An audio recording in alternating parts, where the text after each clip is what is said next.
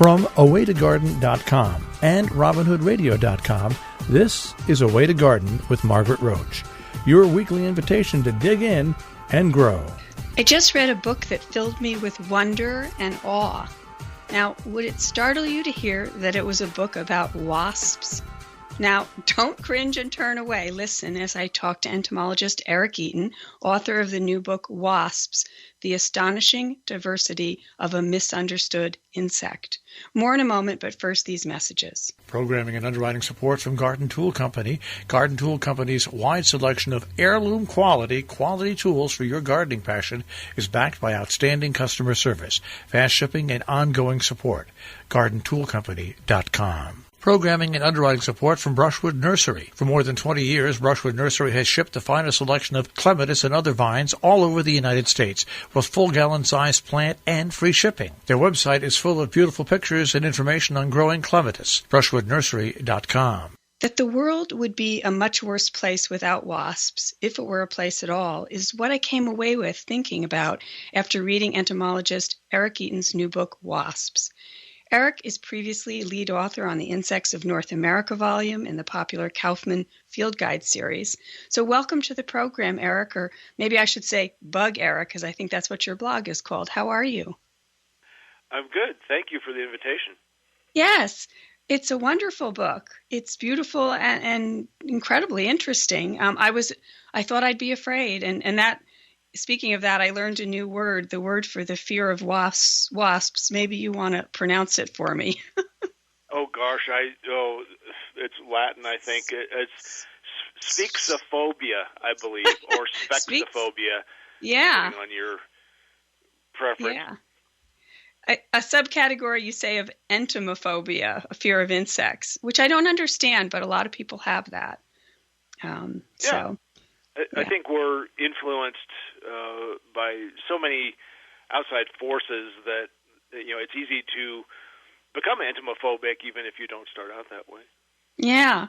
So can we define what you, as an entomologist, think that a wasp is? Because I don't think you just mean the guys in the paper nests on my back porch eaves or hanging in the crabapple branches in the backyard that I come upon and go, ugh. I don't think that's all that a wasp is. So can you tell me your version of who's a wasp? What's a wasp? Right. Exactly. Our cultural definition of wasps is what you just shared, which is the social wasps that we tend to associate with aggressiveness because they're defending a nest full of their vulnerable siblings in a egg, larva, or pupal stage that can't defend themselves. So their adult siblings do that for them. Right. But the scientific definition of wasps pretty much encompasses, it's trending actually towards encompassing the entire order Hymenoptera, which includes wasps, bees, and ants. And so all those are traditionally known as social insects, but the overwhelming majority of wasps and bees are solitary, meaning that each individual female creates her own nest, or in some cases there's no nest involved at all. Mm-hmm. The wasp will simply lay an egg in a host and then go on to do that repeatedly. You said bees and wasps. I don't know if you said hornets or yellow jackets. That's another sort of word that we lay people use. Sawflies even kind of look like wasps, but are they wasps? Or what about the word hornet and yellow jacket and sawfly? Yeah, you're on point with all of those. All of those are considered wasps. To you. To you as the expert. To science. Yeah. That's an agreed upon definition. They're just simply subcategories of wasps. Sawflies do not sting. They're considered the most ancient in the lineage of wasps, and their larvae are actually very caterpillar-like in most cases, and they're feeding on foliage rather than on an insect host or a spider host or something like that many of the wasps we think of do. So, hornets and yellow jackets are both in the family Vespidae, which includes those social species, and then it also includes solitary species known as pollen wasps, mason wasps, and potter wasps. And the sawflies, I think I read in the book, go back the oldest of the ancestors, 235 million years maybe or something. I mean, they're long history on the earth. The evolution of wasps is still hotly debated. I mean, especially when you get up to the point where they diverge into social insects. And so the way we arrive at our conclusions is based on ever-increasing technological tools, and especially in the realm of molecular DNA analysis of existing wasps, and seeing, what genes do they have in common with other extant wasps. And the fossil record actually does inform somewhat, but not probably as illuminating as you might expect. It's more of tracing these ancestries back through analysis of living wasps. Right. So you say in the book, I love this, you say, periodic personal experiences with wasps may be painful, but our civilization would not be advancing without these insects, and natural ecosystems would collapse were it not for the diversity of wasp species we see today. So can you tell us briefly about sort of some of these waspy contributions that they make? Yeah, like bees and many other insects, wasps can be pollinators. In the case of some flowers, they're the only pollinator, and we call them oligolectic. That may be a word that's already familiar to your listeners, meaning that they're obligatory pollinators of a very specific flower. And there are some wasps and flowers that have converged in evolution to the point where the flower actually mimics the female wasp, and so it's the male wasp that is responsible for pollinating the flower. And this is true of several orchid species, actually, in Europe and in Australia in particular. But if you like figs, you can thank wasps for that. They're pollinated exclusively by extremely tiny wasps. That's the other thing. Most people think of wasps as a pretty substantial insect, but the overwhelming majority of wasps are under 5 millimeters in body length. And fig wasps are especially tiny, and so they enter the fig through a special opening and go inside and pollinate and carry out their entire life cycle, in fact, inside the fig. So in that sense, here you have an entire crop that owes its existence to, and continued existence to, having an evolutionary symbiosis with these little tiny wasps. Pest control is the other big contribution that wasps make to us in terms of food production and protecting our gardens. They're constantly hunting for other insects to use as hosts, either where the host is, or they will transport the host to a nest. So that's the major contribution, I would say, probably, that wasps make to humanity, is keeping pests at tolerable levels.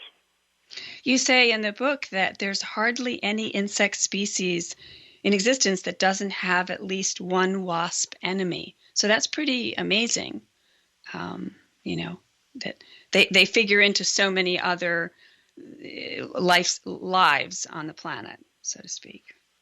Definitely.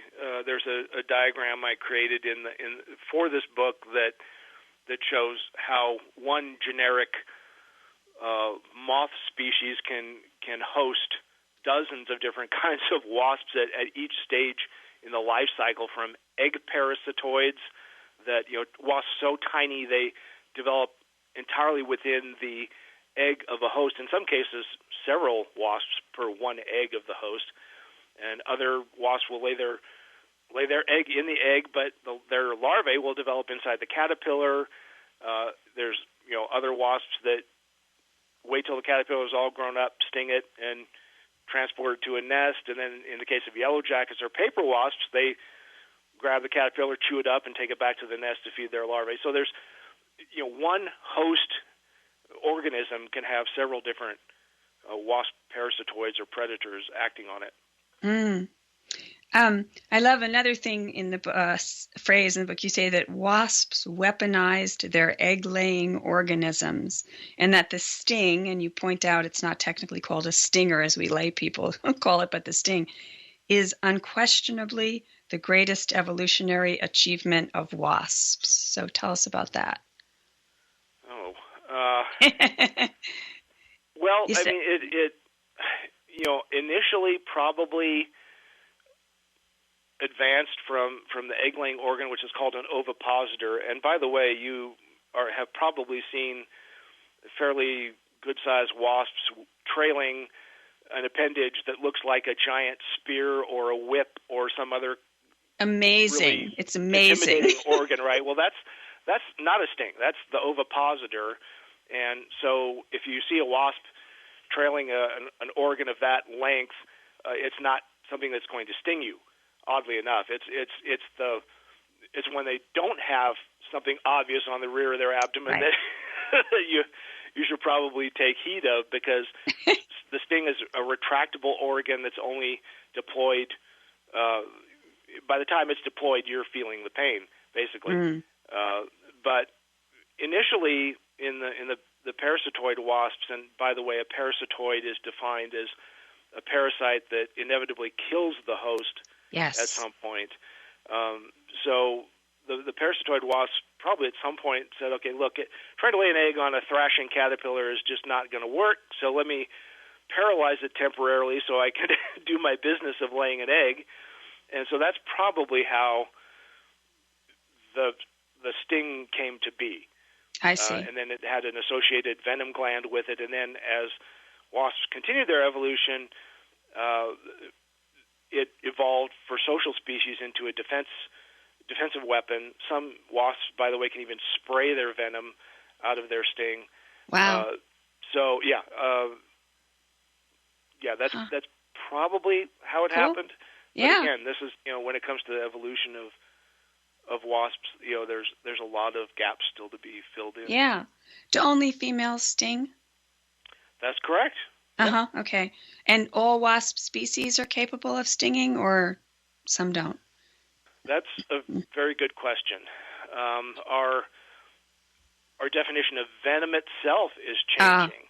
I mean, when I was growing up, things that were venomous were, snakes, spiders, wasps, bees.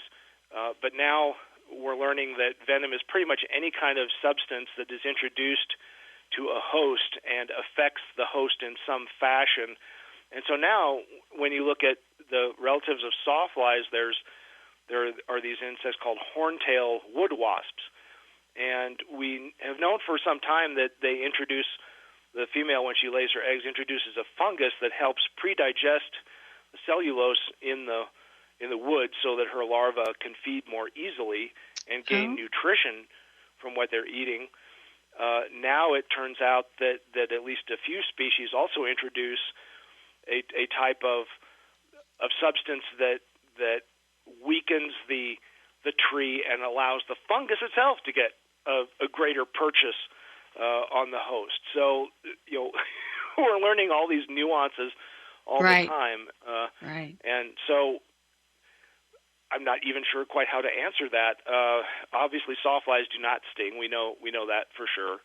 But some of the things that we have traditionally thought of as non-stinging parasitoids, like ichneumon wasps and braconids, and even some of the super tiny microhymenopterans, maybe they sting after all. But they're so tiny that they wouldn't even be able to penetrate your skin. So if you're talking purely in does it sting me? No, not all wasps do. Right. You said ichneumon wasps, and that the first time I ever learned about ovipositors, those crazy appendages, those like thread-like things out the back end of a wasp, was from, well, I put two and two together. I'd seen it outside in the garden, and then I read a book, I think, by Bernd Heinrich, former University of Vermont professor and so forth. And his father had studied those in particular. And so that was like, I was like, oh, that's what I saw. You know what I mean? Because this was many years ago. I didn't know. Anyway. Right. You also mentioned that what we would call the wasp waist, the sort of body structure, is part of the secret of the effectiveness of the sting. Yes, the way the body is structured helps that sting operate, doesn't it?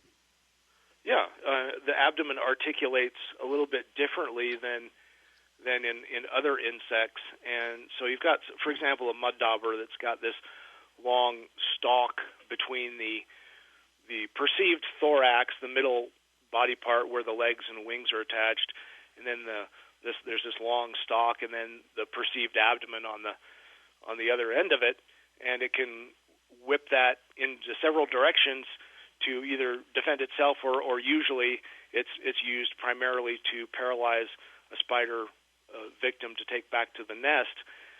But the interesting thing is that stalk itself is part of the abdomen, and it's attached to the rear of the thorax, but the part it's attached to back there is also the first segment of the abdomen. And so because of this strange anatomy, scientists, entomologists have developed different terms for it that don't apply to other insects. And so you've got these body parts on wasps that other insects don't have, and you have different names for the abdomen itself versus what looks like the abdomen. And it can be very confusing even for scientists if they don't agree ahead of time on what they're pointing at. Right. So but yes, certainly the articulation of the abdomen allows the sting to operate in several different directions. Yeah. So you mentioned wasps, for instance, maybe paralyzing or subduing and eating a caterpillar, taking a caterpillar to feed, to use as food. Or what else do wasps eat? And maybe even more important, does anybody eat wasps? Like, who's their predator?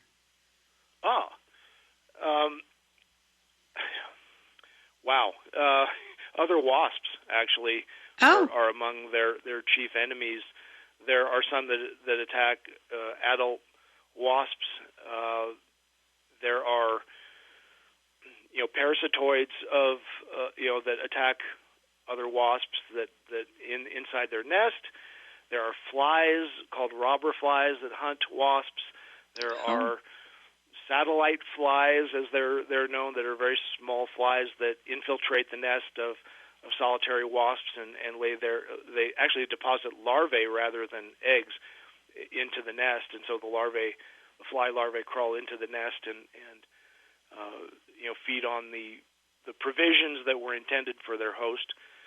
And there's velvet ants, which are actually wingless wasps that do the same thing. They infiltrate the nest of another solitary wasp. So there's vertebrates, birds that certainly prey on wasps, and because they have that sharp, horny bill, they're pretty impervious to stings. But even so, some of them, like tanagers, will rip out the sting before they eat the insect. Oh, there's a picture. Never seen that going on here. Caracara, which is a tropical raptor that just lands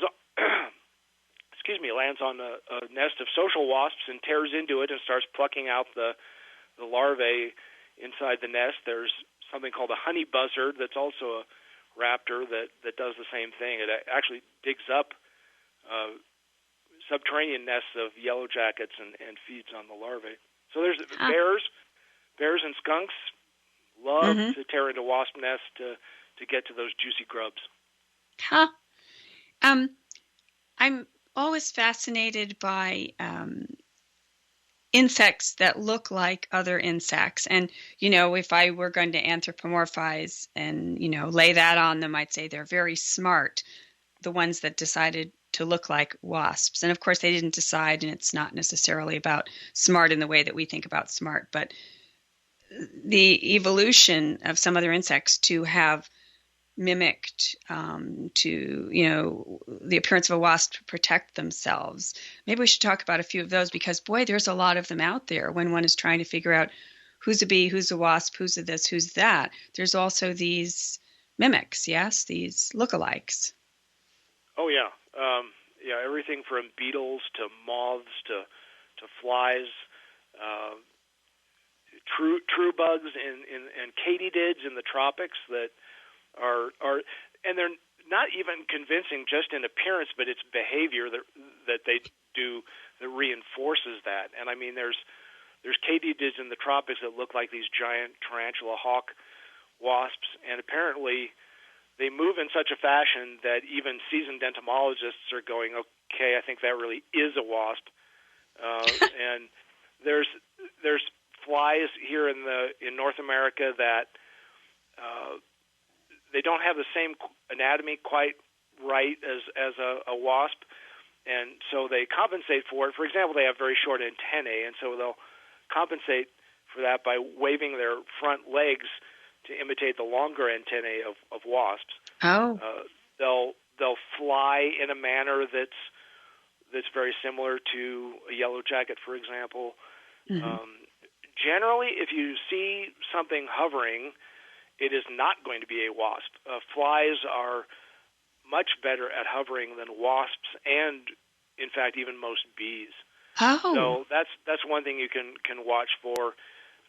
But probably, I'm going to just say probably half of the insects that the average person assumes are wasps are not. The flies are often the flower flies in particular are often more abundant than wasps. Yeah. So in the last few minutes, I wanted to just say, sort of as gardeners, how should we embrace wasps, so to speak, and make them welcome? And I mean, the ones on the other extreme that aren't good roommates or wouldn't be good roommates, I don't know. I'm always inclined to dispatch a nest I see being built right by the porch or something, but in the outer reaches, it's like that's their world and they're welcome to it. But is there anything, I mean, is it just a diversity of plants and things to take resources from that we should be planting? Or is there anything that makes a wasp especially happy? I don't even know if they use water in the same, use large resources of water or they just take that from plants or what? They certainly drink, especially the ones that make paper nests or mud nests. They are often termed water carriers, and so they take water to a source of soil or wood fibers and then turn them into nest material. My overriding philosophy is that don't play favorites. The goal of your garden should be biodiversity in general. Yes. If you've got all the players, things are going to take care of themselves. And so people, for example, who grow milkweed, specifically for monarchs and then can't tolerate any other insect on the milkweed, right. really peeve me. No, I think you're right. Yeah. So be weed tolerant, unless it's a noxious weed that is listed for your state. Maybe let it go and see if it doesn't draw some pollinators. It could be a native wildflower. Product is really rarely something that is going to solve a problem. The major problems in our society at large and in gardens too are your mindset, your attitude. So right. That's really kind of the crux of it. And remember that we manufacture more pests than exist in nature. Yellow jacket can't tell the difference between your barbecue and the leftovers of a coyote kill, for example. It's the same thing to them. Very well. That's a very good point. Yes. Yeah. Yes. So, and our architecture, for crying out loud, our houses have overhangs which mimic cliff faces and rock ledges that paper wasps and mud daubers and things naturally nest under. So, of course, they're going to look at our house as another cliff face and behave accordingly. Exactly. If you notice a nest and it's already got several wasps on it, it's probably not going to be a problem. If it took you this long to notice it, the wasp clearly, you and the wasp are not noticing each other or bothered by each other. So, we had a bush in our yard once that had a hornet nest, but we didn't know it until all the leaves fell off. Exactly. Surprise. Well, yeah. Well, as I said at the beginning, and we're going to have a book giveaway with the transcript of the show on awaytogarden.com, but I was at first a little cringing, and then I opened it up and I started to read and I started to learn, and it's great. Wasps, the Astonishing Diversity of a Misunderstood Insect. Eric Eaton, thank you so much for making time today. Oh, my pleasure. Thank you. Programming and underwriting support from Brushwood Nursery. For more than 20 years, Brushwood Nursery has shipped the finest selection of clematis and other vines all over the United States with full gallon-sized plant and free shipping. Their website is full of beautiful pictures and information on growing clematis. BrushwoodNursery.com. Programming and underwriting support from Garden Tool Company. Garden Tool Company's wide selection of heirloom quality tools for your gardening passion is backed by outstanding customer service, fast shipping, and ongoing support. GardenToolCompany.com. And thanks to all of you for listening too. Now, don't miss an episode. You can subscribe free to the podcast version of the show on Stitcher or iTunes or Spotify. And you can find me anytime at awaytogarden.com or on Facebook and on Instagram as @awaytogarden. And happy gardening meantime. Away to Garden with Margaret Roach is a joint production of awaytogarden.com and the smallest NPR station in the nation, Robin Hood Radio.